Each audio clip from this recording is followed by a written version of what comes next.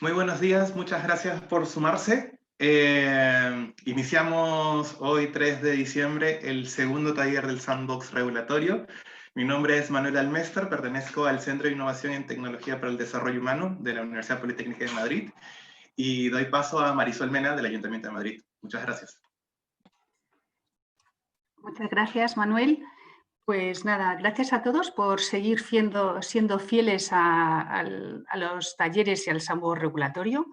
Es un proceso que se inició teniendo el objetivo de una innovación regulatoria, pero que hemos ampliado las miradas no solo a la norma, sino también a todos aquellos aspectos que tienen que ver con la organización, con los procedimientos, con los instrumentos de gestión y de aspectos culturales. Por lo tanto, pues acabamos en este segundo taller acabamos de ampliar todas esas miradas. Hoy, en el taller de hoy, nos hemos propuesto un lema, ¿no? Seamos realistas y pidamos lo imposible. Con esto queremos, en este taller de hoy, que podamos soñar, pero también podamos ser realistas y aterrizar en la medida que podamos, ¿no? Nuestro objetivo de hoy no es encontrar todavía soluciones, estamos en un proceso, pero sí empezar a reflexionar de forma más aterrizada a cómo superar esas barreras que ya hemos ido identificando. Y eso es un poco el tema central del taller de hoy, pero que os vamos a ir explicando poco a poco. Te paso la palabra, Manuel. Genial, muchas gracias, Marisol. Como sé que hay personas nuevas en el taller y se han sumado algunas personas, pues vamos a hacer una breve recapitulación de lo que vimos en el taller anterior y sobre algunas cuestiones que salieron y que nos han servido de input para desarrollar este segundo taller. Con respecto a cuestiones transversales, veíamos en general como una problemática la necesidad de colaborar y coordinar, una coordinación más estrecha, una coordinación multiactor y coordinación en las mismas organizaciones, es decir, romper silos.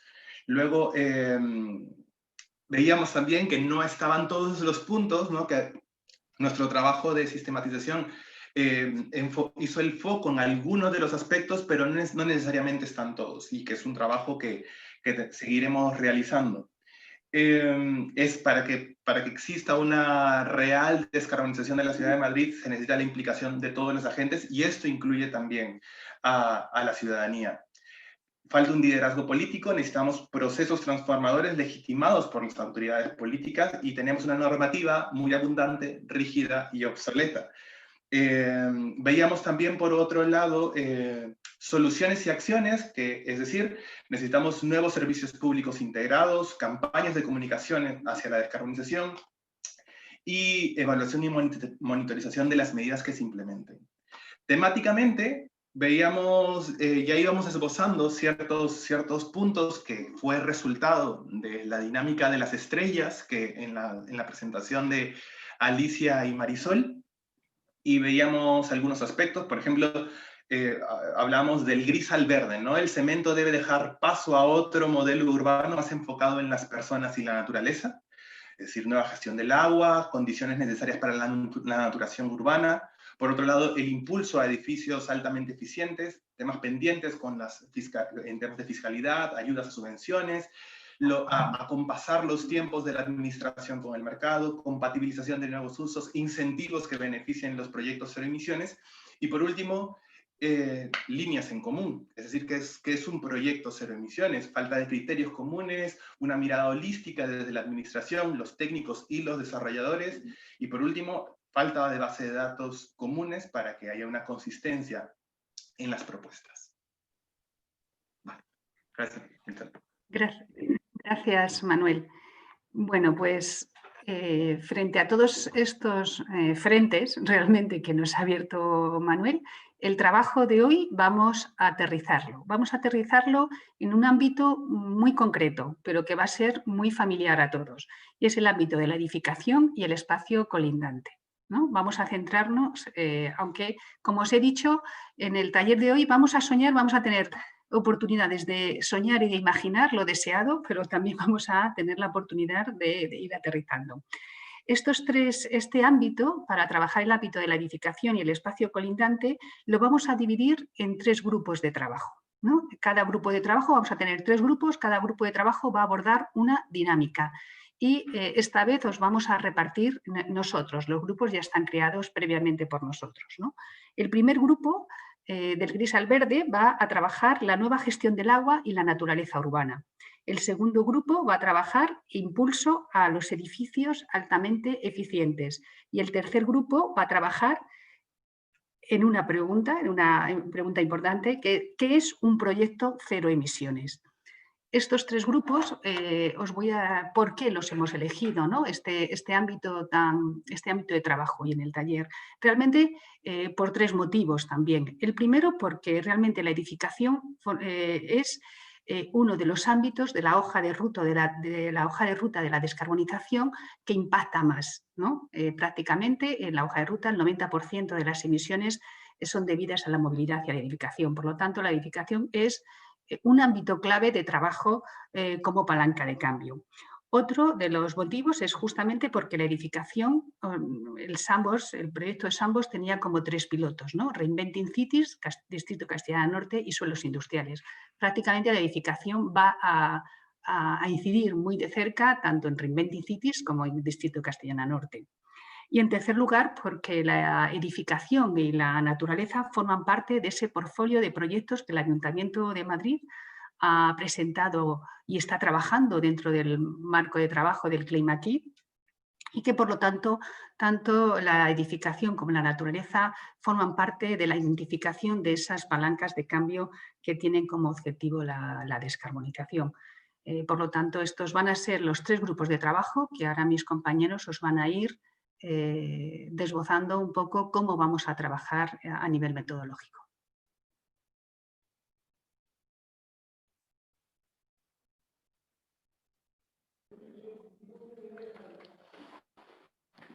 ¿Sí? Buenas. ¿Explicas a Juan? Vale. Juan, ¿nos explicas? Sí, no sé si me oye bien. Sí, sí, te oímos bien. Vale, estupendo. Pues nada, simplemente, como veis, ya la semana pasada estoy trabajando con Miro, la mayoría de vosotros ya tenéis bastante callo, así que esta vez podemos ser un poquito más ambiciosos. Vamos a seguir trabajando de la misma manera, con post-it para poner nuevas ideas y conceptos, con estrellas para poder destacar aquellos que consideramos más relevantes y vamos a introducir también las líneas.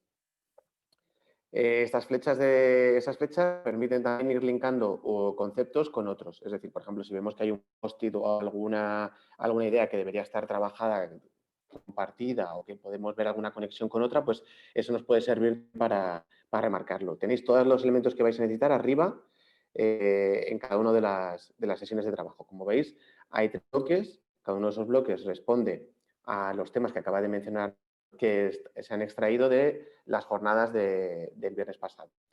Mezclando un poco todo lo que se había comentado, más los criterios que aparecen debajo del círculo. Tenéis toda la información, estamos trabajando siempre como Miro para que siempre podáis volver a los inicios. Si acaso consideréis que hay alguna idea que se nos ha perdido, que se nos ha quedado en el camino, algo que hay que arreglar, o simplemente para poder entender un poco cómo está siendo el proceso, aquellos que no pudisteis venir la semana pasada, pues recordad que tenéis toda la información allí. ¿Vale? La tenéis toda en el tablero. Por otro lado, los objetivos de estas jornadas son crear una hoja de ruta que nos permita abordar todas las problemáticas que nos encontramos ahora mismo, ¿no? Que hemos detectado. Hemos intentado evitar la presión de empezar por las soluciones y buscar una solución, así que lo que queremos sobre todo es abrir caminos, entender cómo a través de las diferentes ideas que vayan surgiendo, de los futuros posibles, etcétera, podemos ir vislumbrando esos caminos. Si a lo largo de esos caminos, ese futuro posible que aparece en la segunda tanda que os explicaba antes Manu, ¿no? Que vamos a trabajar con tres elementos. En un primero vamos a volcar intentando responder a las preguntas de por qué, el para qué, el cómo, como un debate más libre donde poder aterrizar ideas de forma más desordenada y luego que la idea es poder ir ordenándolos en función de un calendario. Es decir, empezar por el final, cómo nos gustaría trabajar, cómo nos gustaría que fuera ese futuro posible y qué sería necesario para llevarlo a cabo. ¿Qué necesitaríamos para realizarlo? ¿Qué recursos? ¿Qué indicadores? Lo que fuera. Lo hemos hecho de esta manera, como os decía, para precisamente no empezar por las soluciones y no tener la presión de tenerlo todo aterrizado. Es decir, pero sobre todo sí que es importante señalar los vacíos. Por ejemplo, necesitamos que aparezca aquí algún experto en temas legales sobre este apartado en concreto. ¿No lo tenemos? Pues lo marcamos como necesario, es decir, marcar los vacíos. Necesitamos más tiempo o hay unas competencias que nosotros no podemos asumir. Bueno, pues ¿quién tiene esas competencias? Marcarlo para poder incluirlos a futuro en esa hoja de ruta. Es decir, que lo importante de la hoja de ruta no es que esté cerrada, aterrizada y perfectamente completa, sino que nos vaya a servir como un camino y ir viendo qué es lo que hay que añadir y qué es lo que puede sobrar o qué es lo que nos puede faltar. Y sin más, yo creo que, bueno, Fernando os ha explicado antes, podemos hacer un último repaso. Veis que están marcados con números que implican un poco el proceso de trabajo. No sé si, Fernando, si puedes volver. Almiro. Y en esos números pues vamos viendo un poco la secuencia de lo que van a ser los debates internos en los grupos, en los distintos grupos. ¿Vale?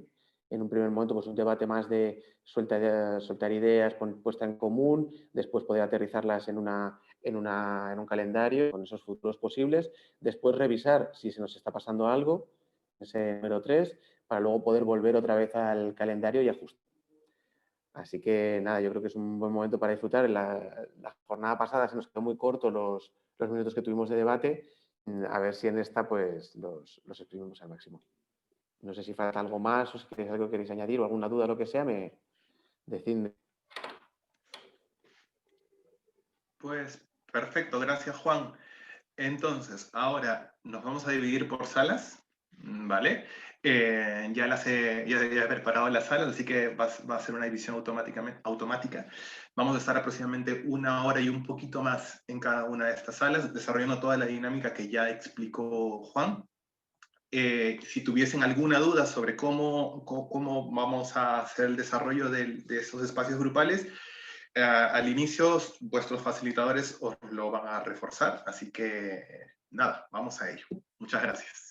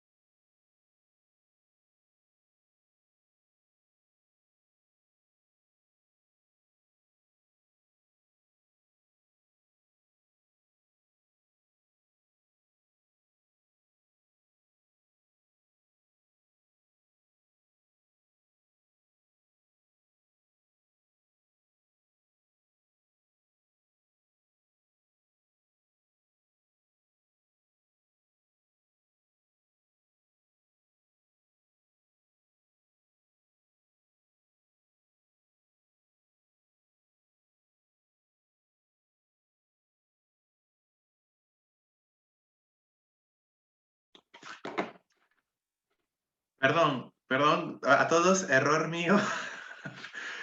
Hice... Uy,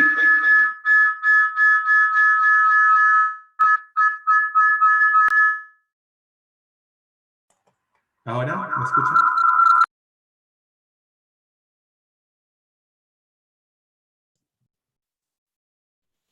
No sé si estamos o... ¿Ya estamos todos? No, todavía no. No, todavía, perdón, ha sido error mío porque sí, error mío, de que había configurado las salas 20 minutos, igual que la sesión anterior, se había quedado predeterminada, así que tan solo esto es una pausa. Ahora los regreso a todos, así que disculpad el error, el horror. A ver, perdón, opciones, nos quedan ¿cuánto? 1 hora, ¿vale? Entonces, nos queda 1 hora más o menos, sí, reviso la escaleta rápidamente. Tenemos hasta y 38, o sea, tenemos 50 minutos más, ¿vale?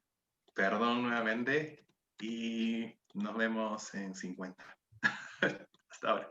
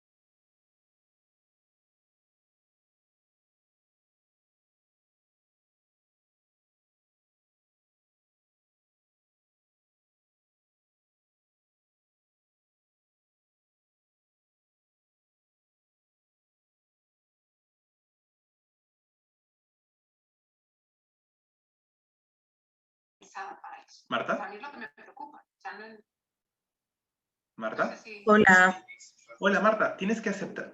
Tienes que es aceptar. que ya estoy en con el otro ordenador. Entonces aquí no me sale nada. ¿Me salgo del otro? Pero si estás en la otra sala, La movilidad en el ayuntamiento es un tema muy- Espera. estás en tu sala. Es complejo. O sea, tengo el otro ordenador encendido y estoy dentro. Querría entrar a la vez. O eso no se puede. No. Los sectores de la sociedad. O sea, Claro. 2 veces no. El vehículo es- Claro, ¿qué hago? ¿Cierro la del ordenador del ayuntamiento? Claro. tiene que haber un ¿Y me Cierra saldrá en uno esta? o sea, porque lo que pasa es que aquí me figura que no has entrado a tu sala. Sí que es Sí, verdad entonces, con este no, pero estoy, mira, de otros edificios o de ámbitos concretos. Hay uno norte, Ah, campus pero estoy entonces, con el otro, pero como me va a regular, quería probar con este portátil. pues entonces te dejo aquí, Joaquín, no pasa nada. Lo máximo que pueda ¿O de- quieres Sí, pero no me entrar entero 2 veces? de lo que hablan. Vale, pero entonces sal de esa sala y que te quedas con este. Por mi socio de fichas, Vale, pues voy a intentarlo, a ver. por el transporte público, por los transportes blandos, por la Vale, ya he movilidad salido nacional, del otro. ¿Ahora cómo entro? Ahí hay una parte En el grupo 2. que no sea A ver, en necesaria. teoría te debería haber salido un mensaje Además, aquí, y todo, el que viene de Sí, fuera, pero no me sale. A ver, porque dice, Marta no ha habría que entrado. hacer centrales a ver, espera. periféricos donde se tenga una- Ingresar, a ver si es esto. Ah, no, esto no es. Pues Pues- no puedo, es que no puedo. Sal del todo y vuelve a entrar y te asigna al grupo 2. Pero ese desplazamiento hacia la periferia tiene que ser vía la periferia, no a la manzana siguiente, donde nosotros estamos limitando el número de plazas de aparcamiento. Evidentemente tiene que ver con el cambio de modelo, de concepto de movilidad en toda la ciudad. Pero bueno, nuestro escenario deseable es el que estamos enunciando, ¿no? El objetivo del taller es, vamos a enunciar escenarios deseables, es que efectivamente sea así. Hombre, deseable poder llegar paseando en una zona verde estupenda, tu edificio, sea donde esté, ¿no? Y no tener- No, que tengamos una infraestructura peatonal, Claro, que nos potente, acompañe, muy que- potente Exacto. en la ciudad. Eso sería lo realmente deseable. Y yo me había apuntado también otras cuestiones que se había hablado y que también nos ayudan a establecer ese imaginario, ¿no? O esa visión de futuro, ¿no? Una ciudad con criterios comunes sobre qué es el edificio cero emisiones, una normativa flexible, ¿no? Un espacio con una normativa flexible para que el edificio realmente esté vivo y un cambio de modelo de movilidad, ¿no? Es decir, apuntar a los sistemas blandos de transporte, y esto ya nos lleva a acciones de reducir los números de plazas, yendo a los mínimos, y podemos ir a mucho más ahí. No sé si me he dejado algo o lo he dicho mal. Y luego, otra cosa que habéis comentado, ¿no? Yo creo que es importante, siempre está ese debate, ¿no? Cuando hablamos de vehículos eléctricos, si no hay vehículos eléctricos porque no hay infraestructura, o no hay infraestructura porque no hay vehículos eléctricos. ¿Cuál de las dos es?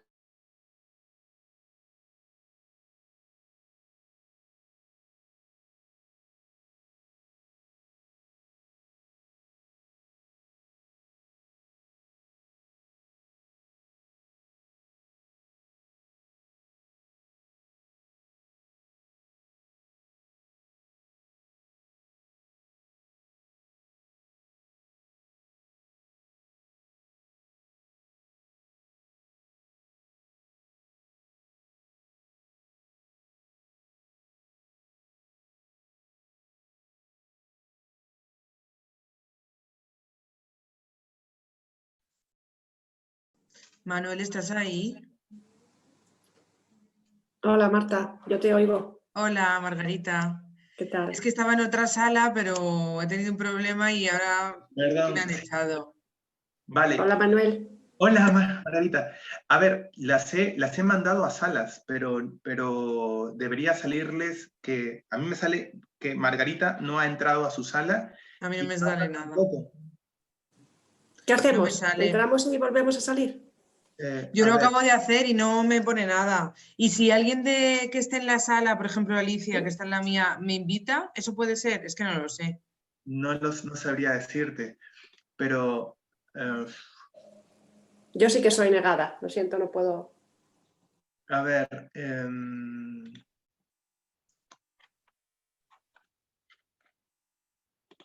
te voy a tratar de mover.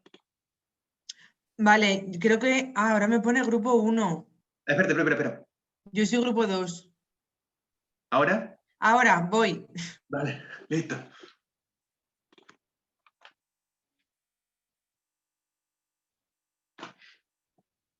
Una vez que llegas a trabajar o en tu casa, una vez que llegues por la noche, que tienes esas otras ventajas además, ¿no? De reducir los picos de demanda, aplanar las curvas energéticas, o sea que tiene beneficios adicionales. Y ese parece que...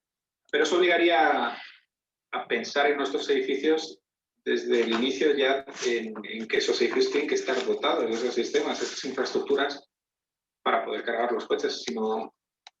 Es otra mentalidad, porque ahora mismo pensamos que, bueno, hay que cubrir el 10% de las plazas de garaje, pues se deja una infraestructura para que se puedan enchufar.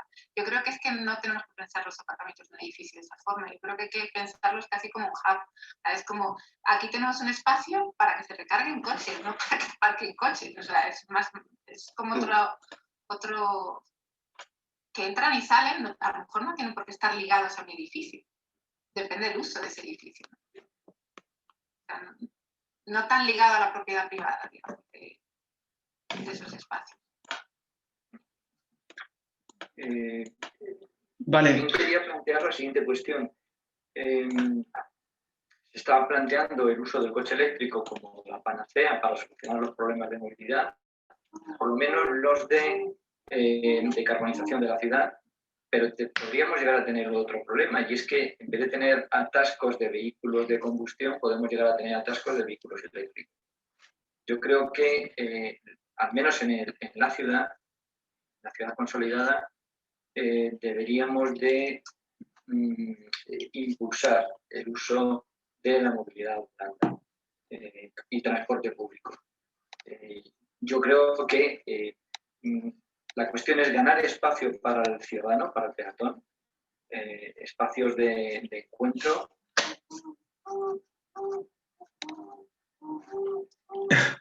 Hemos vuelto a perder. Sí, y este suena como una golondrina. Bien. Vale. Es que sí, hemos perdido nuevamente a Juanjo. No pasa nada. Ahora volvimos contigo, Juanjo. Si llenamos la ciudad de coches eléctricos, tendremos un problema también de ocupación del espacio público. Completamente de acuerdo. Por eso en la ciudad hay que reducir el concepto de movilidad de vehículo propio, o sea, privado. Vale, entonces, por tratar de ser Otro punto también muy importante que impacta muchísimo también en la movilidad, ¿no? Fuera de las horas punta, es todo el tema de distribución de mercancías, logística urbana, el funcionamiento de una ciudad. Es curioso, llama la atención, ¿no? La cantidad de tráfico que genera ese tipo de actividad en los periodos no valle entre las distintas horas puntas, ¿no? La primera de la mañana y la última de la tarde.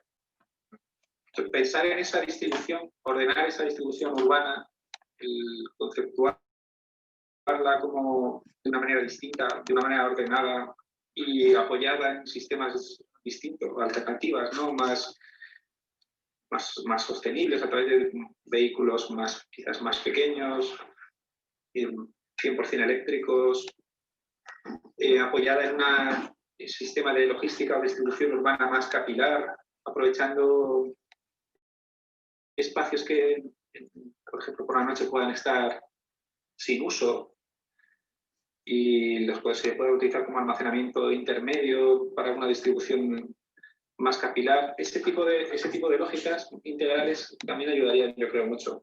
Sí. Es como se nos ocurre, ¿no? Por ejemplo, ya hay alguna iniciativa que edificios de oficinas por la noche, cuando no hay nadie, esos espacios de aparcamiento puedan servir de almacenamiento temporal, logística, de ruptura de carga, para luego hacer la distribución al día siguiente por la mañana.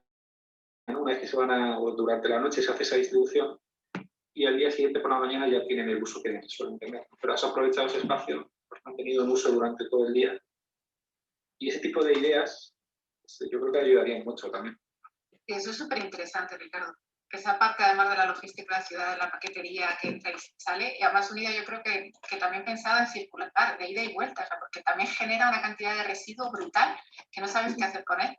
Entonces, al mismo que se lleva, que te trae el paquete, se lleve parte, o sea, yo creo que ahí hay un trabajo también que analizar brutal, de digestión de todo ese actividad. El mito de mejora ahí muy importante. Sí, muy importante, sí. Totalmente. Nos pregunta Delia, dice, un punto clave que gustaría introducir en la conversación es la segunda pregunta que aparece en este bloque, que debe tener un proyecto para recibir apoyo e incentivos. Y perdona que no estoy hablando, es que tengo muchísimo ruido de vez en cuando detrás, pero bueno, me parecen ideas muy buenas y como aprovechando que también dentro de este bloque podíamos hablar de esa parte de incentivos, igual es interesante, ¿no?, meter esa vía en la conversación para ver realísticamente, ¿no?, soñar, pero también ser realistas con qué incentivos tenemos que poner para que esto suceda, ¿no? Y yo aquí me gustaría traer, bueno, una división quizás un poco arcaica, ¿no?, de tipos de edificios, y evidentemente hay un tipo de edificios que son de uso particular y otros edificios que son de uso empresarial. Y igual los incentivos que ponemos para unos y otros son diferentes, ¿no? Para poner proyectos en marcha, quizás ¿no?, la parte de recibir apoyo es totalmente diferente, ¿no? Entonces, bueno, simplemente como veo que tenéis mucho conocimiento en materia, intentar meter también esta tercera pata, quizás, para construir el edificio que estamos intentando construir. Sí, desde luego, yo vivo en Londres y aquí los incentivos son negativos. O sea, quiero decir, ¿qué significa esto? Que tú aquí no coges el coche, usas el transporte público, lo carísimo que es utilizar un transporte privado. Caro, lento y ineficiente. Entonces, eso ahora mismo en Londres es lo que está funcionando más. Es decir, una cosa que se llama congestion charge, que es que te cuesta dinero coger tu coche. Entonces, eso es interesante porque realmente es disuasorio. Tienes que pagar cada vez que coges el coche para entrar en la ciudad, no para moverte a lo mejor por zona, pero sí para entrar en la ciudad. Entonces, los incentivos pueden ser en los dos sentidos, ¿no? Pueden ser positivos o pueden ser negativos, ¿no? Porque al final lo que estás buscando es una solución.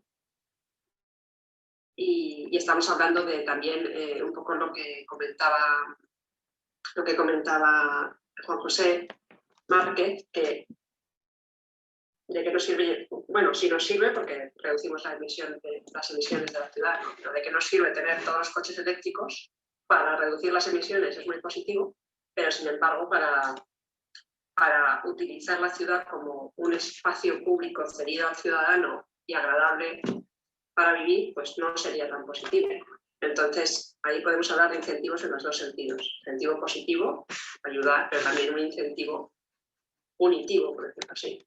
Y aquí en Londres es lo que está funcionando. Y de hecho, ahora mismo en Londres, aunque yo que vivo aquí me parece sorprendente porque no lo veo, pero los rankings internacionales está en la segunda ciudad que se está descarbonizando más rápidamente. Pues nada. Vale. Sí, yo mira, esa parte, o sea, la parte de la movilidad la veo clara, aún así habría que ver si en Madrid se pueden poner incentivos, ¿no? Y como decía aquí también Bresto, esto quizás es un proyecto bastante más grande, ¿no?, de lo que queremos quizás aterrizar hoy todo el tema de la movilidad. Yo estaba pensando en mi caso en particular, por poner un ejemplo concreto, ¿no?, aquí, yo trabajo en Procter & Gamble y, por ejemplo, nosotros hemos hecho el edificio cero emisiones, ¿vale? O sea, el proyecto ha sido edificio cero emisiones. ¿Por qué? Nosotros no tenemos un conjunto de emisiones y demás. Pero ¿y si se pusieran en práctica una serie de metodologías más incentivos para que no fueran las ciudades aisladas que de forma voluntaria lo hacen, sino que fuera algo más, pues eso, un empujón institucional para que todo el sector privado, al menos esa parte, ¿no?, de los edificios que son empresariales, se conviertan en cero emisiones, ¿no? Y cómo sería quizás esa metodología que engloba todo lo que habéis comentado aquí, más la parte más de incentivo, ¿no?, que puede ser desde temas de regulatorios hacia el bien y hacia el mal, es decir, si no haces esto, pues hay un problema de regulación o tienes un castigo o una multa, O al revés, ¿no? Si tienes una serie de modificaciones. Entonces me planteo porque creo que es algo que es bastante activable y al mismo tiempo, bueno, creo que podría ser una forma de aterrizar y poner todo esto que estás comentando en práctica. Pero lo dejo ahí. Yo creo que a nivel de un apoyo importantísimo para edificios cero es facilitar que estos edificios se construyan, se proyecten y se construyan. Ahora mismo es una aventura hacer un edificio cero. Todos nos encantaría hacer edificios ceros, pero hay veces que no tienes el apoyo, o sea que es complicado, son más caros y tienes que tener al promotor eso de verdad concienciado para hacerlo. Entonces, cuando llegas al ayuntamiento tienes tus problemas. Y en ese sentido, Breso, y hago la pregunta a todos, ¿cuál sería el ideal? El ideal, pues ¿Sí? hombre, yo creo que hay que trabajar en una compensación, no puede ser igual una licencia o un proyecto o lo que tardes o lo que te cueste un proyecto que es un edificio cero con un proyecto normal y corriente. O sea, no me puede costar el doble sacar una licencia porque como además arriesgo en tecnología, arriesgo en tal, entonces claro, no estamos acostumbrados a eso, entonces espérate que lo miramos, espera que eso son 2 veces más, espera que es que no te cumple aquí el código técnico y dice ya, pero es que voy más allá del código, pero es que no. Quiero decir que sacar una licencia de un proyecto cero es 3 veces más difícil y infinitamente más de trabajo para el periodismo. Vale. Entonces, Ricardo, por ejemplo... O sea, es que estamos generando una desigualdad brutal. Vale. Una de las cosas que llevamos pidiendo desde el momento cero proyecto 640 es un fast track de licencias y unas bonificaciones en IBI, en la propia licencia, en bonificaciones de tipo administrativo para todos aquellos proyectos que sean de liderazgo climático. Guay. Eso es importante. Quería hacer solamente la salvedad que este taller, hablábamos de edificios cero emisiones, pero en el taller de al lado están hablando de este tipo de cosas, de bonificaciones. Exacto. Y exenciones fiscales, etcétera. En cualquier caso, como no son... Sí, lo hemos vuelto... Pero bueno, yo asumo que vas a decir que como no son divergentes, ¿no? Está bien que lo mencionemos, pero regresemos a este ideal, ¿no? De proyecto de un edificio cero emisiones. Bueno, el escenario ideal sería que todos los edificios que se presenten a solicitud de licencia fueran cero emisión. Ese sería el escenario ideal. Y yo creo que es cuando bajemos ahora al calendario, el escenario ideal es todos los edificios son cero emisiones. Por cierto, creo que en 2020 todos los edificios públicos debían ser cero emisiones. Bueno, o sea, estamos en 2020 ya. Sí, por eso. En el 2018 tenían que haber sido, yo creo que era un porcentaje brutal que estábamos lejísimos. Claro, claro. Entonces, en esta primera etapa, para que el promotor se conciencie, para que vea el retorno de su inversión, que lo pueda ver con una cierta cercanía, etcétera, es necesario ese incentivo, que pueden ser fiscales o directamente sobre que tengan incidencia en el proyecto, incremento de edificabilidad o superficie o mayor superficie que no sea computable. Una vez que el sistema se estabiliza... tiempos, yo añadiría tiempos, es súper importante. Los tiempos, lo que ocurre, ahí Brezo, como yo estoy en el otro lado de la mesa y durante 10 años estuve dando licencias, pues entonces ahí tengo que decir que cuando los proyectos se presentan y van acompañados de toda la información necesaria, las licencias van muy rápido. Yo tenía un profesor en la escuela que decía, a un técnico municipal no le puedes presentar un proyecto de arquitectura. Hay que presentar un proyecto justificativo, ¿no? Entonces, cuando los proyectos van en esa línea y tienen todo tipo de justificaciones de las decisiones, aunque sean prescriptivas, la licencia va rápida. Mira, Juanjo, ahí, quiero decir, los proyectos que nosotros hacemos, no es por echarme flores, pero bastantes pasan sin ni siquiera una petición de información y nos dan la licencia súper rápido. Yo acabo de sacar uno prácticamente sin petición de información extra. En los que hemos sacado en Madrid, que suele ser un sitio complejo, con muy poquitas notificaciones, son muy poquitas. O sea, no somos un estudio que estamos ya muy acostumbrados y precisamente, y aún así, hasta que tu proyecto entra y entra en eso y ya han pasado un montón de meses. O sea, quiero decir...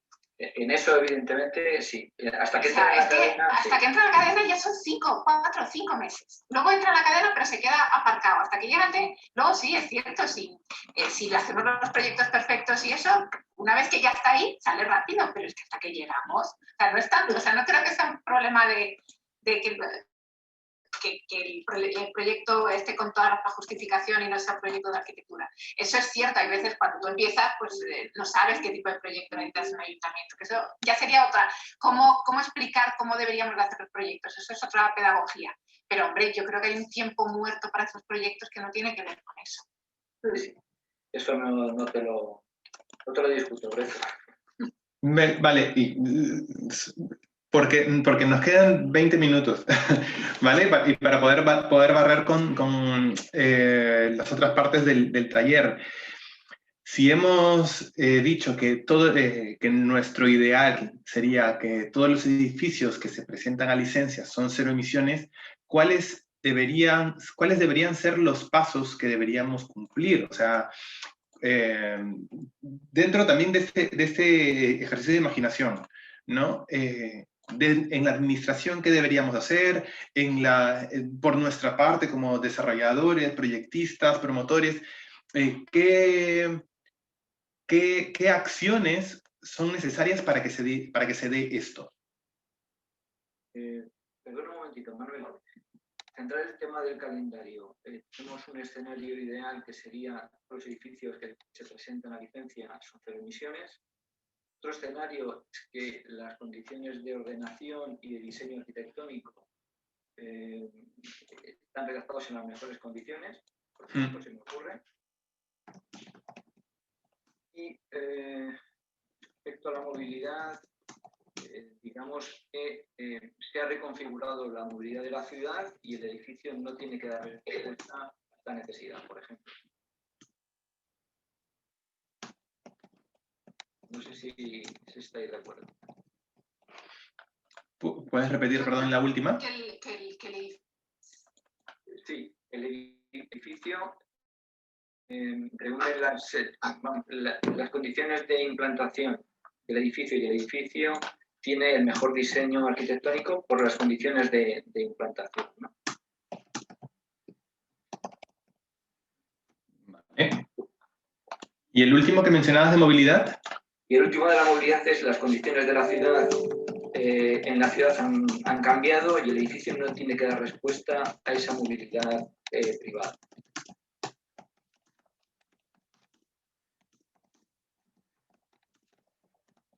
Perfecto. Guay. Entonces, como no nos va a dar muchísimo tiempo para desarrollar las 3, ¿cuál podríamos empezar a trabajar? ¿Cuál pueden ver más aterrizada o que puede tener más insumos y acciones que podamos desarrollar? ¿O hacia dónde deberíamos apuntar los esfuerzos? Quizá 0 emisiones, ¿no? Los edificios, sí. Eso que es lo más yo creo que es asequible, ¿no? Vale. Pues entonces... De todos los futuros posibles, ese es el más realista. Pues sí. Bueno, a ver, yo que trabajo en obras y equipamientos y he trabajado también en temas de movilidad, a mí no me parece la más sencilla, sinceramente, porque al final bueno, estamos atados a muchos temas de presupuestos, de prisas y bueno, y que sea en 2020 me parece muy complicado. No, pero... Sin embargo, el tema de que los edificios no respondan a la movilidad privada es suprimir un artículo del plan general, ¿no? O sea, que creo que es mucho más sencillo, ¿no? Claro. Pero bueno, en mi opinión. En ese sentido, en ese apartado, el calendario en enero o en febrero, en las primeras instancias de ese calendario, sería modificar la exigencia de ese número mínimo de plazas de aparcamiento. Sí, pues sí. Pues que con esto... luego también, hablando del tema de la logística que comentabais antes, pues yo creo que un problema muy importante que se ha producido con eso es que se ha disminuido muchísimo el tamaño de almacenaje de los locales comerciales y hay una logística continua en la ciudad por falta de capacidad de almacenaje, que eso también es cambiar un artículo del plan general. O sea, yo creo que hay muchas cosas que son bastante fáciles de resolver a nivel, por lo menos, desde la parte de la administración. Nosotros con el decreto de edificios de consumo casi nulo, pues bueno, ahí está el decreto y bueno, la intención es muy buena, pero al final la realidad que estamos viendo es que no se está cumpliendo, porque al final bueno, pues se falsean bastante los certificados de eficiencia energética para que los números cuadren y es lo que se está haciendo. Vale, luego, o sea, la realidad de luego tener una intención de que en una obra y de que o sea, desde el proyecto hasta el final de la obra se tenga este objetivo como primordial, ahora mismo yo creo que sí, o sea, nos queda mucho tiempo todavía para eso, en mi opinión. Totalmente de acuerdo. Me parecen muy buenos todos los comentarios porque apoyan todo lo que acabas de decir. Sí, no sé si los puedes recoger, porque que quede recogido que cambiando esos artículos del plan general pues, se pueden mejorar características. ¿Y Eva, son del plan general o es un decreto específico? El plan general, sí. Perdón, sí, lo que comentaba del tema de movilidad es el plan general. Plan general, sí. Bueno, las plazas de aparcamiento es verdad que vienen también de la ley del suelo, sí. Pero no deja de ser un simple artículo en el que quitándolo directamente pues ya, bueno, habrá edificios que darán respuesta o no a la movilidad privada en función de sus propios intereses, pero ya no será una imposición. Y el tema de la logística igual, yo creo que hay muchas cosas que están impidiendo a los locales tener más espacio para poder almacenar. Y pues eso es un tema de normativa. Una idea que podría ayudar ahí también, ¿no? Y nosotros habíamos también identificado en alguna ocasión, es que incide en las dos líneas, ¿no? Tanto en la movilidad, o sea, la responsabilidad de la movilidad de los edificios y la mejora del transporte logístico, es habilitar, es otra modificación del plan general, habilitar la compatibilidad de uso de los aparcamientos para servicios de logística, que ahora mismo no se puede. Servicios de infraestructura de logística.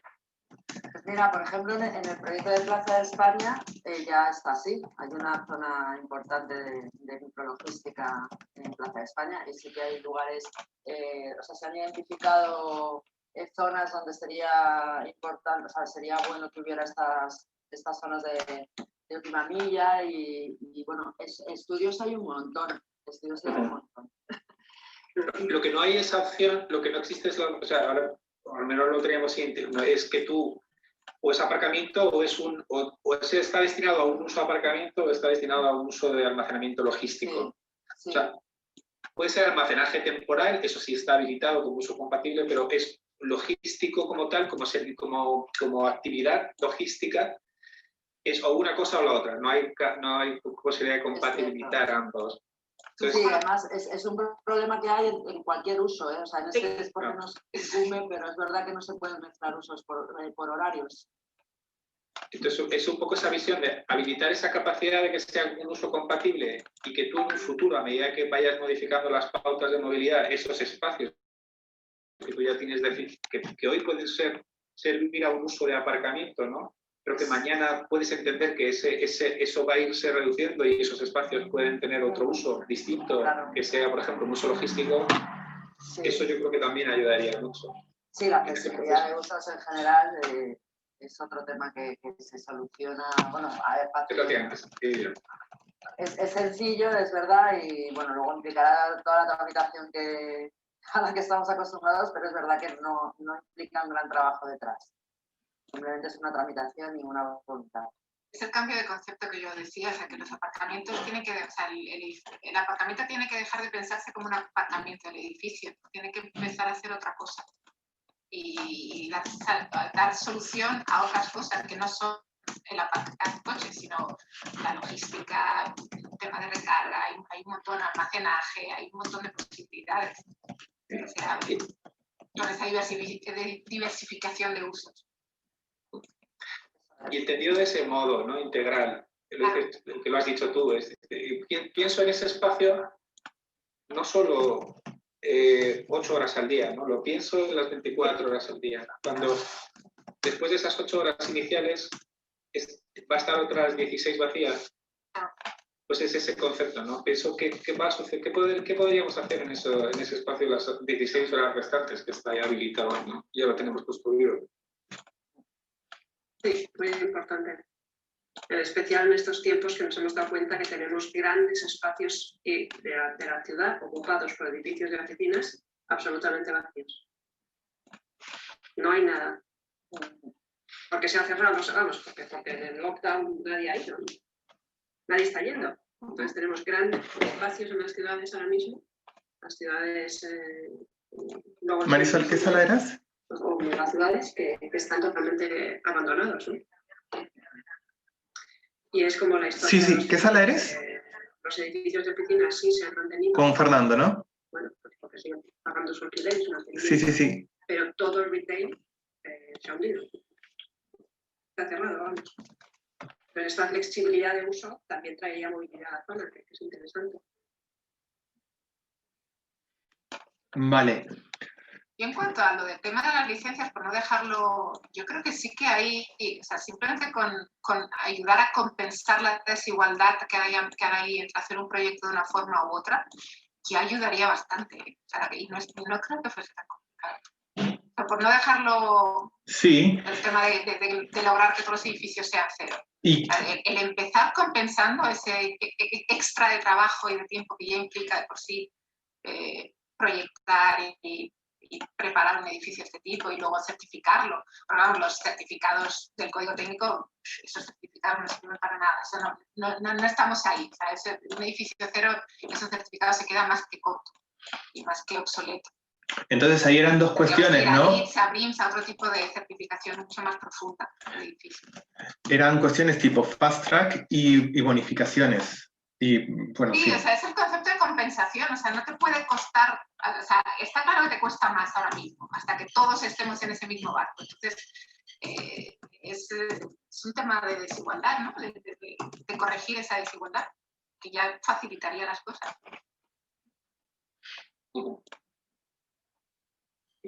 Compensaciones, si quieres, puedes poner fiscales, económicas y... temporales. Y en mayor edificabilidad, que lo ha dicho Juanjo antes.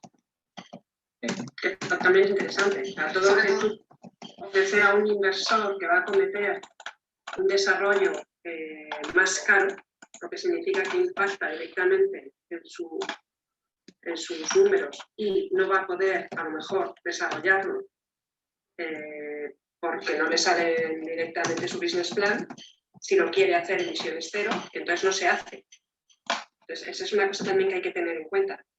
Es decir, lo que no podemos es poner una idea tan elevada de lo que hay que desarrollar que nadie lo haga. Claro.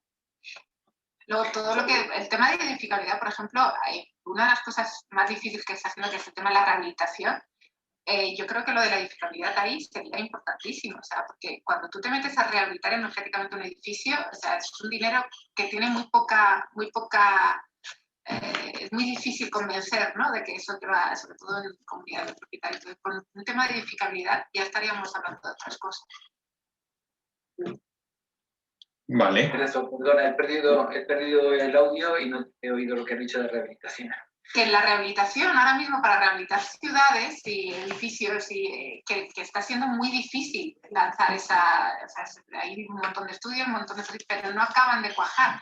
Y yo creo que el tema de compensar con una mayor edificabilidad en la rehabilitación sería importante, porque metes ya dialogas de otra forma con esas rentabilidades. En principio, en el plan general, se ha compensado con la compensación de la superficie construida, ¿no? La edificabilidad. Ahí se introdujeron unas modificaciones sobre la superficie no computable, pero efectivamente yo creo que ahí hay algo hay algo que impulsa esa palanca a la rehabilitación, ¿no? Hay ayuda del Plan Estatal de Vivienda, por ejemplo, que no acaba de desarrollarse bien. Hay muchos problemas administrativos de encauzar esos fondos y tal.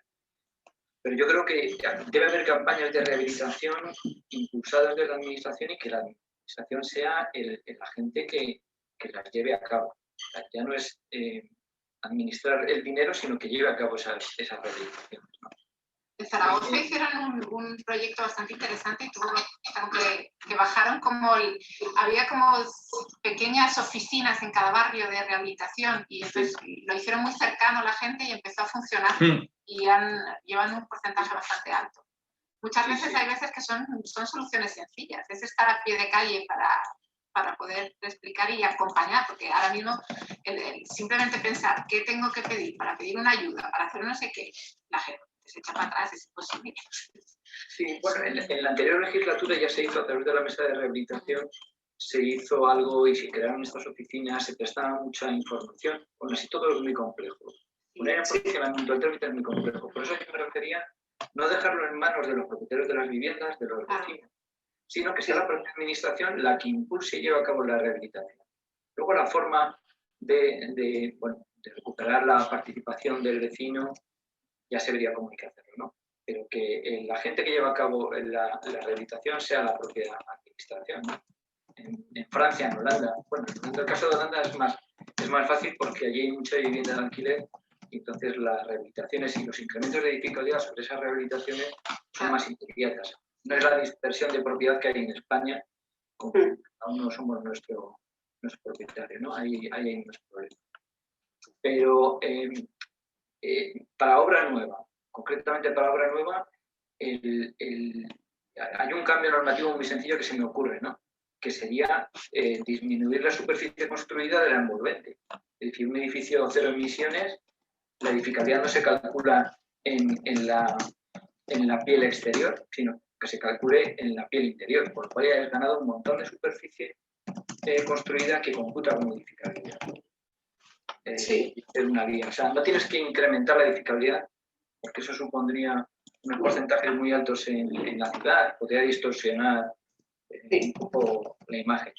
Pero cómo se computa la superficie edificada. Totalmente, Juanjo, muy interesante. Muy interesante. Sería algo fácil, ¿no? Y luego esa edificabilidad se le va a dar. No, está perfecto. Te escuchamos. Sí, que dale, Juanjo. Que podría ser, eso podría ser una solución muy inmediata, ¿no? Todos esos usos luego se destinan a otros usos bajo rasante donde se puedan colocar. Pero bueno, ya ahí el inversor tiene una superficie que puede rentabilizar, ¿no? Totalmente. Y siempre es un incentivo, eso es un incentivo muy positivo para poder sacar adelante los promociones. Luego también hay otra cuestión y es que no vamos a obtener la licencia de un edificio cero emisiones y nos olvidemos del tema. Es decir, si hay una desgravación fiscal sobre ese edificio, hay que monitorizar el comportamiento de ese edificio a lo largo de su ciclo de vida. Es decir, a ustedes tenemos una exigencia en este edificio y es durante toda su vida. Y si usted pierde esa eficiencia, las bonificaciones fiscales, por ejemplo, las puede llegar a perder. Incluso el retorno de las ayudas que pudiera haber, ¿no? Totalmente.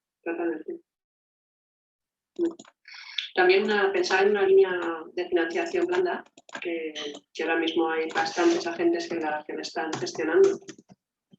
También puede ser interesante desde el punto de vista institucional. Y linkar esa financiación pues, con retornos en IBI o en otro tipo de tasas municipales.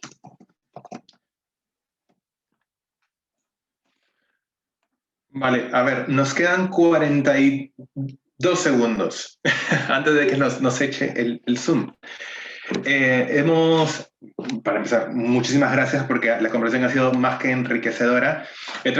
Valentina y yo hemos tratado en medida de cómo han ido conversando, irlo colocando para no ser muy rígidos en la conversación pasamos el siguiente paso y el siguiente paso de la dinámica.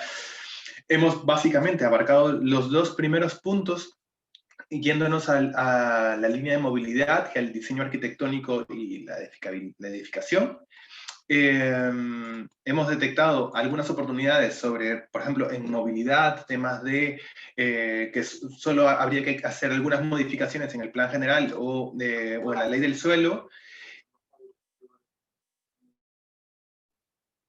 ¿Aló? Sí, bueno.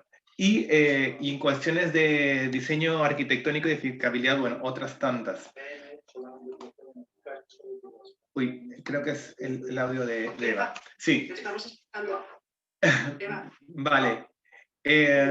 Juanjo, porque yo he tenido problemas técnicos en la sala principal. ¿Tú crees que puedas hacer la relatoría? ¿O alguno de ustedes, alguno del equipo puede hacer la relatoría en base a estos dos puntos tan solo de movilidad y edificación? Sí, venga. Nos turnamos tú y yo, Manuel. Vale, perfecto, perfecto.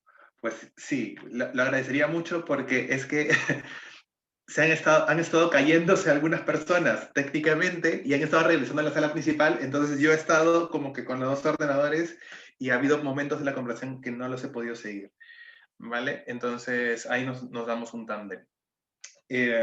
Asumo que ya les debe haber salido el mensaje para regresar a la sala principal, ¿vale? Así que nos encontramos ahí. Vale. ¿Listo? Muchísimas gracias. Muchas gracias a todos. Nosotros.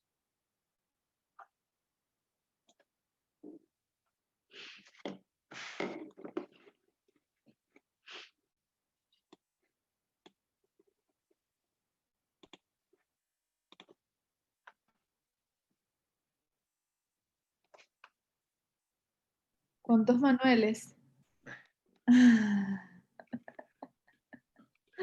No deberían haber tantos, ese es el problema. La verdad es que hay varios. A ver cuánto les queda. Gracias, Juanjo.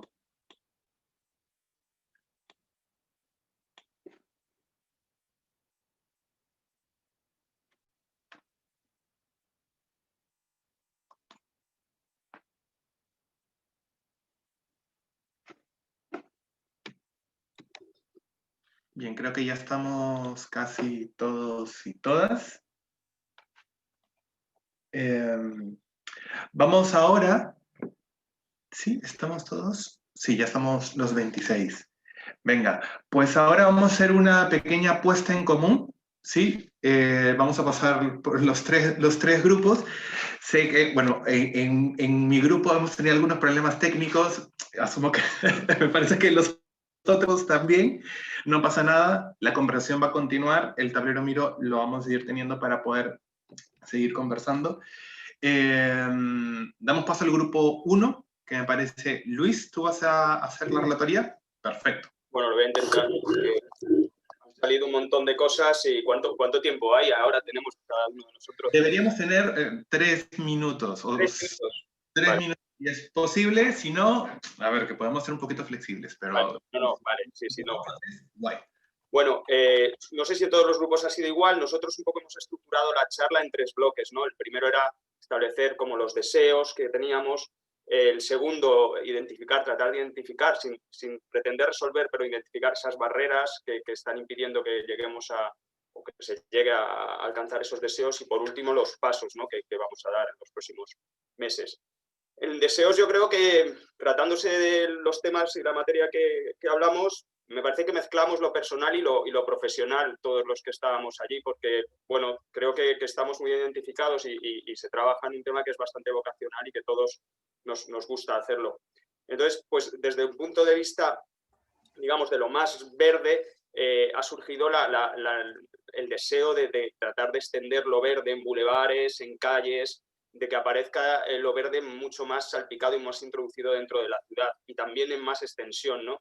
También en ese ámbito hay un deseo de que esas zonas verdes las podamos ver crecer y desarrollarse en condiciones que no sean zonas de subsistencia vegetal, o sea, que sean zonas que puedan estar bien conservadas de acuerdo un poco a las condiciones que tienen, ¿no?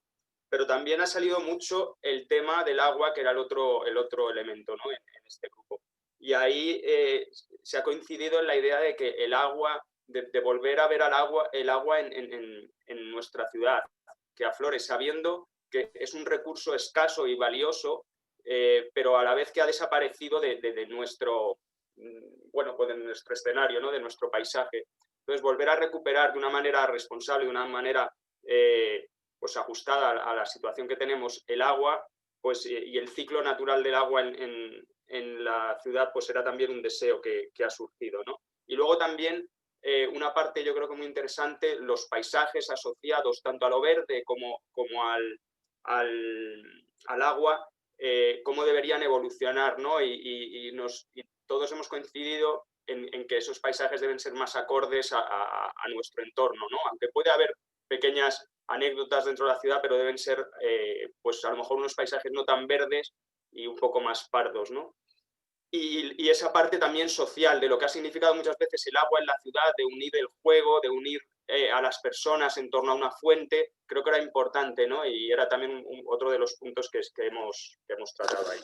Eso como deseos, ¿no? Como barreras, pues sabiendo, o sea, reconociendo que tenemos unas condiciones de partida difíciles para el tema que estamos tratando, ¿no? El agua y la naturaleza en la ciudad, pues por las propias condiciones climáticas y ambientales de la ciudad y también las constructivas, ¿no? La morfología, decían también, pues la propia estructura de los edificios, cómo dificulta, ¿no? La extensión de lo verde, ¿no? La penetración de la naturaleza en la ciudad.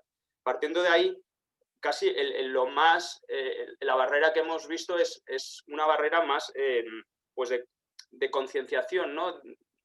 Unida a lo cultural, unida al conocimiento, unida un poco a ciertas inercias o ciertos paradigmas equívocos que tenemos de reproducir cuestiones que no son propias de nuestro espacio, de reproducir esos paisajes del centro europeos, verdes, muy vegetales, muy frondosos, muy exuberantes, pero que aquí pues tienen mucha dificultad. Entonces, pues bueno, eso es la intolerancia que existe entre parte de la ciudadanía y bueno, parte de todos los actores que estamos metidos en esto a cambiar ese modelo de paisaje, pues es una barrera importante, ¿no? También han surgido cuestiones como ya desde el punto de vista de la gestión, pues como la situación actual de los contratos que tenemos impide en muchos casos ser un poco más ambicioso, ser un poco transformador, ¿no? Como los contratos de mantenimiento y el trabajo del día a día pues nos acogota, ¿no? Nos limita tanto que es muy difícil.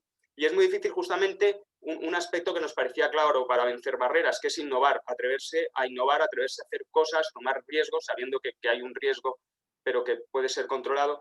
Pero todas esas condiciones actuales de esa estructura municipal de gestión, pues nos las hace muy difícil cambiarlas, ¿no? Y un tema que también ha surgido es la propia, asociado, bueno, pues a cuestiones de responsabilidad civil que pueden, en un momento dado, estar el ayuntamiento como detrás de ellas, pero incluso los propios técnicos, ¿no? Problemas sanitarios por un uso indebido del agua o una mala gestión del agua, o los problemas que sabéis que han surgido en Madrid a veces de responsabilidad civil por rotura, caídas de árboles y estas cuestiones que también, lógicamente, esa responsabilidad pues a los técnicos quien la gestiona pues le supone también una barrera para innovar, ¿no? Sí que se ha visto, aunque no hemos hablado exactamente de soluciones, pero sí que todo lo que fuera un apoyo en certificaciones, en documentos técnicos, en normativa, sería fundamental para poder también impulsar esa transformación, ¿no?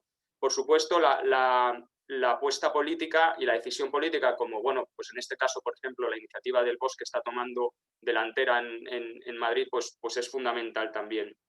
Y bueno, no me enrollo mucho más porque ya debo estar pasado. Bueno, como los pasos más inmediatos que podemos tomar, pues parece clave y además vienen al pelo porque se van a producir en los próximos meses, que es la revisión de las ordenanzas que tenemos. Sobre todo la de zonas verdes, que es una ordenanza muy antigua, me parece que ha dicho Nuria, que no sé si es del 85, pues imaginaros cómo, si ahora tenemos todavía un imaginario, imaginaos en el 85 que era todavía más homogéneo, ¿no? Creo que también pueden ser los próximos pasos una oportunidad de desarrollar proyectos y acciones piloto que pueden ayudar a visibilizar nuevas formas de hacer, que de hecho ya se están produciendo, pero bueno, que sería otra línea de trabajo. Y justo cuando se nos ha cortado la conversación, cuando Nuria estaba comentando la creación de un grupo de Y yo entiendo que era un grupo de, pues a lo mejor, de reflexión, de trabajo, de Sí. conciencia, ¿no? Sí, sí. Bueno, yo no era eso, pero bueno, era un grupo de trabajo para el seguimiento. Ahí vas, creo que tenemos... Le hemos perdido a Nuria, pero yo se lo he preguntado a Luis y me lo ha puesto por el chat antes, así que lo digo. Vale, pues... que es un equipo de seguimiento del plan de infraestructura verde y biodiversidad. Bueno, pues ahí concluye la exposición. Gracias. Genial, muchísimas gracias, Luis. Pasamos al grupo 2. Just. Just y con mi apoyo. O sea que no sé si... Alicia. Just, ¿quieres arrancar o me lanzo directamente? Te lances, sí. Vale, sin problema. Hemos tenido una conversación también un poco trastocada por las dificultades técnicas, pero súper interesante.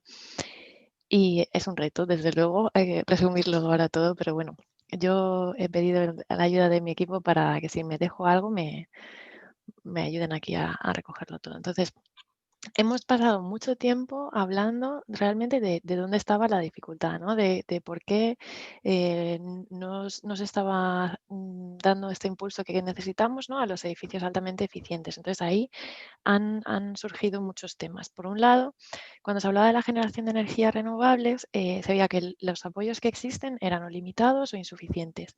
También se ha mencionado que hacía falta una inversión grande al principio, que como no se estaba exigiendo el ir a por este tipo de proyectos de descarbonización, dependía de la discreción del equipo y entonces se daba solamente en algunos proyectos y esto podía llevar a una situación de desigualdad. Hemos hablado también de los posibles incentivos a la edificabilidad y aquí se hablaba de que pues, incluso no computar soluciones de eficiencia, pues según cómo se desarrollase el mecanismo de incentivo podría no ayudar e incluso desincentivar. También se ha visto que faltaban un impulso específico para la movilidad sostenible. En el ámbito de la eficiencia energética en operación, estamos todos de acuerdo que hacía falta, pero también hemos comentado que cada vez iba a ser más importante la parte del carbono embebido, ¿no? Del embodied carbon, que iba a cobrar creciente relevancia.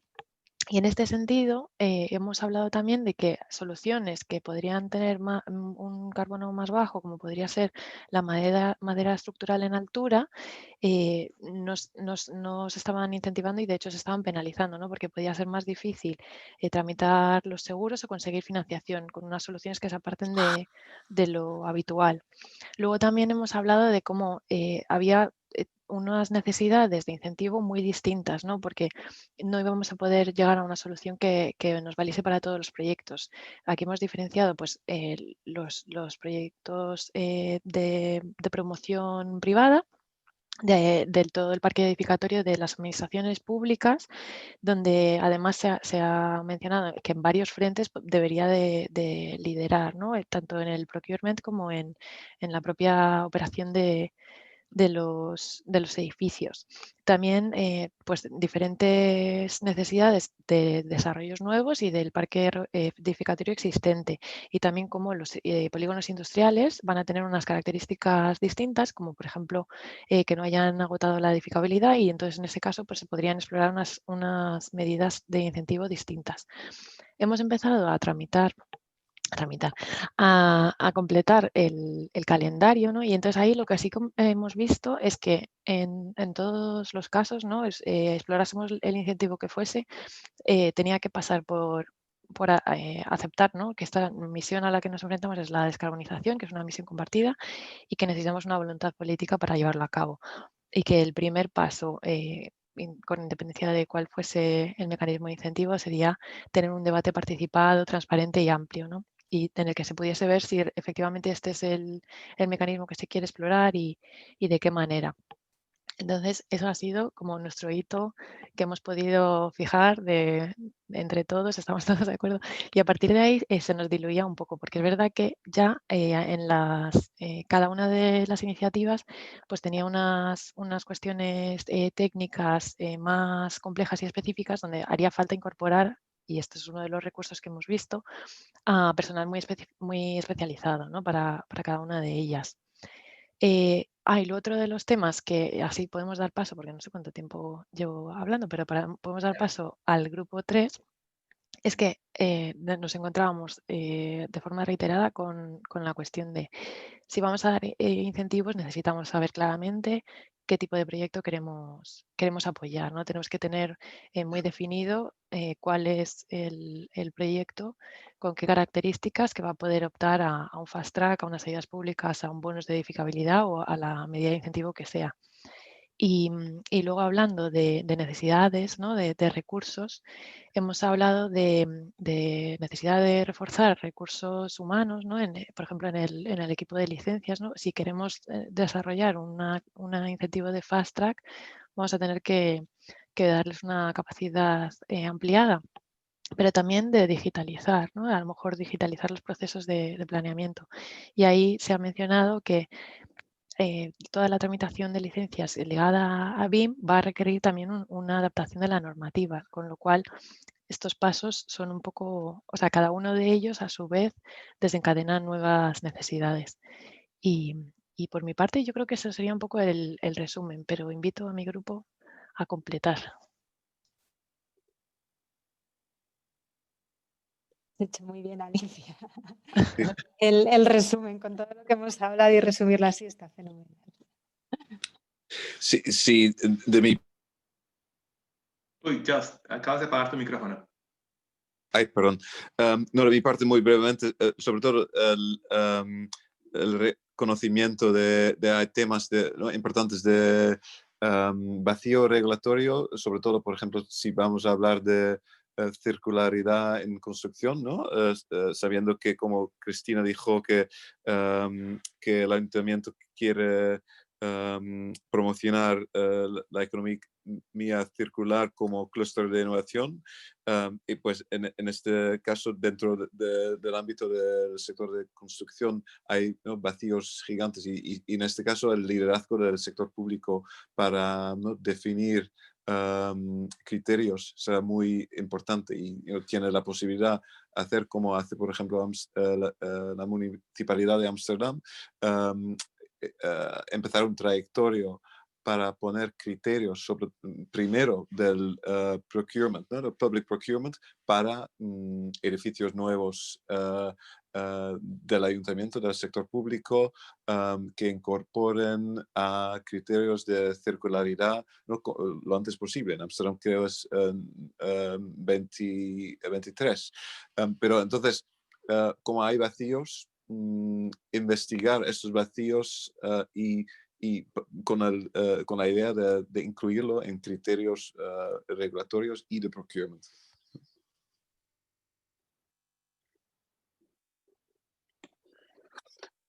Perfecto.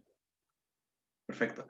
Y ahora pasamos al grupo 3, Juanjo. Y bueno, Juanjo y yo vamos a tratar de hacer un tándem ahí. Así que Juanjo, cuando quieras. Tu micrófono, Juanjo. Sí, perdón.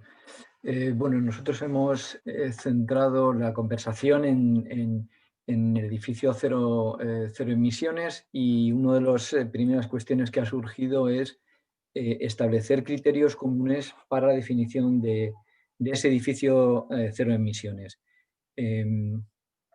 Partíamos de una situación inicial en la que el edificio cero emisiones es el que tiene un balance de emisiones cero, pero la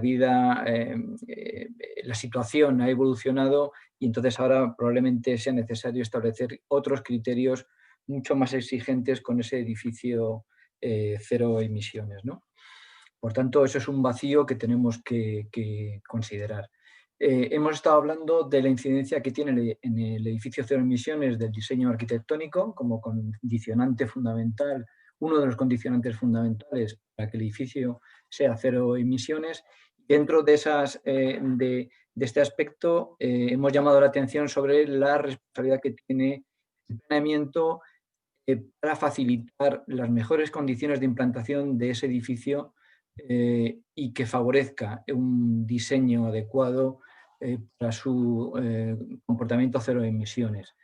Hemos hablado también de ese edificio cero emisiones, tiene como objetivo fundamental la reducción del consumo de energía, y para eso hemos pensado que es necesario el empleo de energías renovables, que el edificio sea capaz de generarlas, pero también de conectarse a una red centralizada de energía renovable frente a esos otros sistemas energéticos que producen más contaminación en la ciudad, ¿no? Y frente a los sistemas energéticos individuales en los edificios. Tienen menor rendimiento y, por tanto, mayor emisión. Hemos analizado también el impacto que puede llegar a tener el edificio en la propia movilidad de la ciudad, el edificio como atractor de vehículos, no solamente vehículos a motor, sino vehículos también eléctricos. Se podría llegar a, hemos tratado podría llegar a darse la paradoja de que el espacio público se llenara de coches eléctricos, cuando eso no es el objetivo fundamental de una descarbonización, sino también conseguir mayor superficie de espacio para el peatón, para el ciudadano. Por último, las soluciones constructivas. Hemos visto que hay necesidad de incorporar nuevos materiales, nuevas soluciones constructivas no convencionales, y hemos visto que, por una parte, hay vacíos normativos o costumbres o barreras de tipo legal que impiden el empleo de estos nuevos materiales, y nuevas soluciones constructivas más innovadoras que facilitan que necesitan los edificios de cero emisiones. Manuel, no sé si tú quieres apuntar algo más.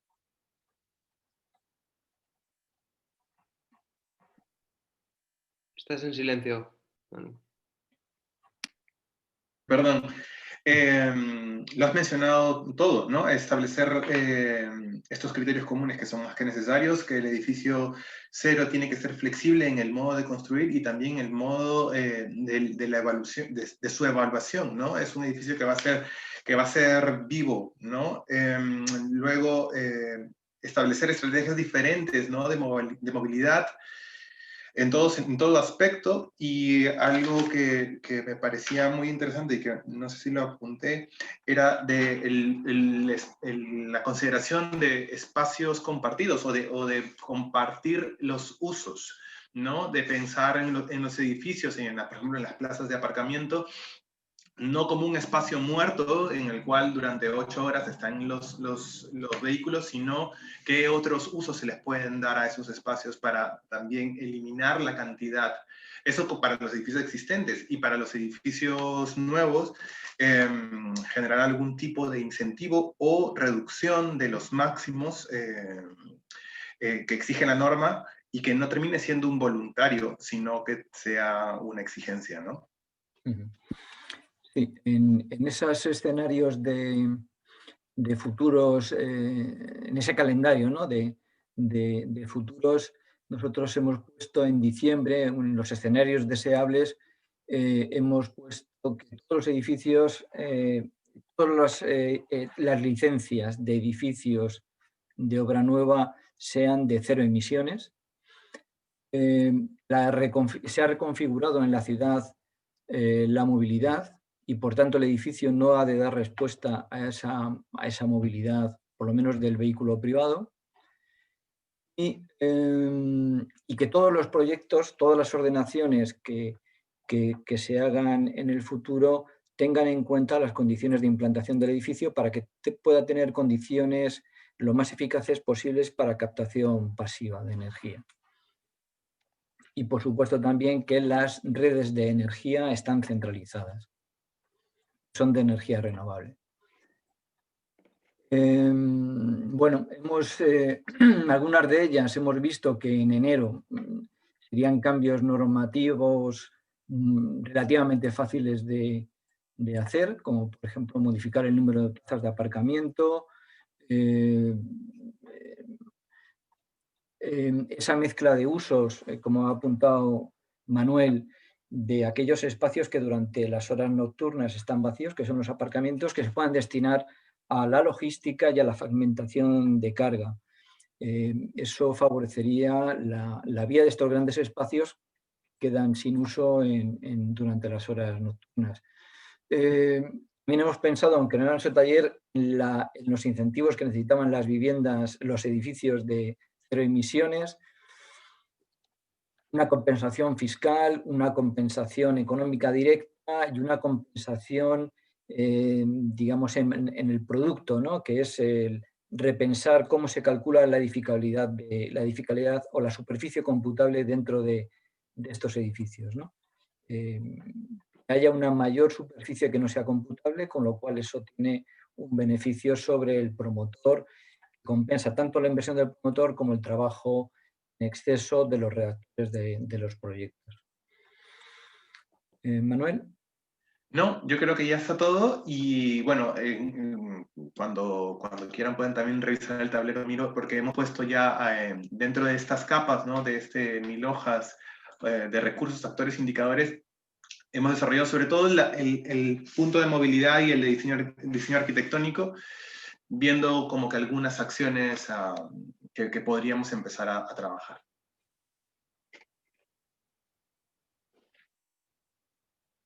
Y eso es todo. Fernando. Perfecto, pues nada, yo simplemente quería decir poner un par de notas. Una, como los talleres, el primer taller fue de apertura máxima, ¿no? De mapeo máximo de barreras. Y hoy, como habéis visto, ya empezamos a profundizar mucho más en algunos temas. Y creo que hay como 3 elementos, y ese es un poco la labor de ir aterrizando eso en una hoja de ruta, como habéis ido haciendo en cada uno de los grupos, es el objetivo hacia el que va el taller. Creo que hay algunos elementos que han salido en común en todos los grupos, por lo que he escuchado, en el nuestro sin duda, pero también en los otros, es el tema de la necesidad de apoyo político y compromiso político, la necesidad de recursos, pero también la de generación de espacios de reflexión conjunta, ¿no? Para la innovación. Y creo que esto que estamos haciendo es precisamente uno de esos espacios. Creo que también es importante ya, además de hacer el mapeo general y la profundización, esa última, ir poniendo un poco las alternativas o lo que se nos va ocurriendo, las ideas, en ese espacio temporal, ¿no? Para ir viendo qué es factible en el corto plazo, qué es más factible en el medio y en el largo. Ahí creo que salían cosas que en nuestro grupo que efectivamente se pueden experimentar ya y se pueden hacer ya, y de hecho se están haciendo ya, es simplemente casi ponerse a hacerlas. Hay otras más del medio plazo que también están relacionadas, ¿no? Pero es cambiar un poco la cultura, cambiar un poco las ideas, por ejemplo, lo que hablábamos nosotros de las zonas verdes, que no siempre se vean como zonas verdes de prado y de césped y árboles, sino otras zonas más pardas. Eso requiere un cambio, pero también en las acciones a corto plazo pueden ir generando, ¿no? Ese cambio también cultural y ese cambio en el imaginario colectivo, que también pueden facilitar un poco las medidas de más largo plazo, pero que también tenemos que ir mapeando, que son las de cambio normativo, algunas más difíciles, otras quizá más sencillas, las de cambios en criterios de contratos de mantenimiento, de compra pública, etc. Entonces, creo que ya espero que vaya quedando un poco más o se vaya viendo el camino que estamos haciendo, ¿no? Desde abrir a ir cerrando y a ir mapeando y a ir viendo también las condiciones de posibilidad de cada una de estas medidas, ¿no? Y eso es lo que también tenemos que ir reflexionando. Qué cosas se pueden ir haciendo ya, qué cosas requieren el medio plazo y qué cosas requieren el largo plazo, y todo eso obviamente está conectado. Entonces, esa va a ser la labor del tercer taller dentro de 2 semanas, ¿no? Con todo esto que hemos recogido vamos a ir empezando a trabajar donde lo hemos dejado hoy, que es en esas hojas de ruta que nos permitan ir avanzando poco a poco, colaborativamente y conjuntamente en esa misión hacia la descarbonización. Eso quería decir yo un poco para remapearnos en dónde estamos en los talleres, y con eso, Marisol, no sé si quieres decir algunas palabras ya para acabar de cerrar el taller por hoy. Yo aprovecho para agradeceros de nuevo a todas y a todos el tiempo, la dedicación y la motivación. Pues nada, yo de nuevo agradeceros, ser fiel, ¿no? Hoy hemos estado 23 personas, o sea que pensando conjuntamente. Como decía Fernando, o sea, creo que tenemos un puente largo, además, o sea, que podemos pensar para el próximo taller, que vamos a tardar más en vernos, el día 15, un puente largo para pensar esa hoja de ruta, ¿no? Ya en cosas muy concretas, yo creo que han salido muchas cosas. Y de nada, tenemos, yo creo que para el día 15, y yo creo que es bueno, ¿no? Que pensemos ya para el siguiente taller ¿no? En cosas concretas, hoja de ruta, ¿no? Que nos permita trazar una estrategia de trabajo en 2021. También me gustaría, antes, justamente, que en el último taller tenemos la posibilidad de incorporar a personas que no han podido hasta ahora, o sea, es decir, que en esas, ¿quiénes nos faltan, no? Todavía se puede incorporar alguna persona y bueno, pues nada más, que feliz puente y nada, un placer a todos. Gracias. Muchísimas gracias. Gracias. En 2 semanas. Muchas gracias. Hasta luego. Un saludo a todos. Gracias. Hasta luego, gracias. Hasta luego. Hasta luego, gracias. Dios, gracias.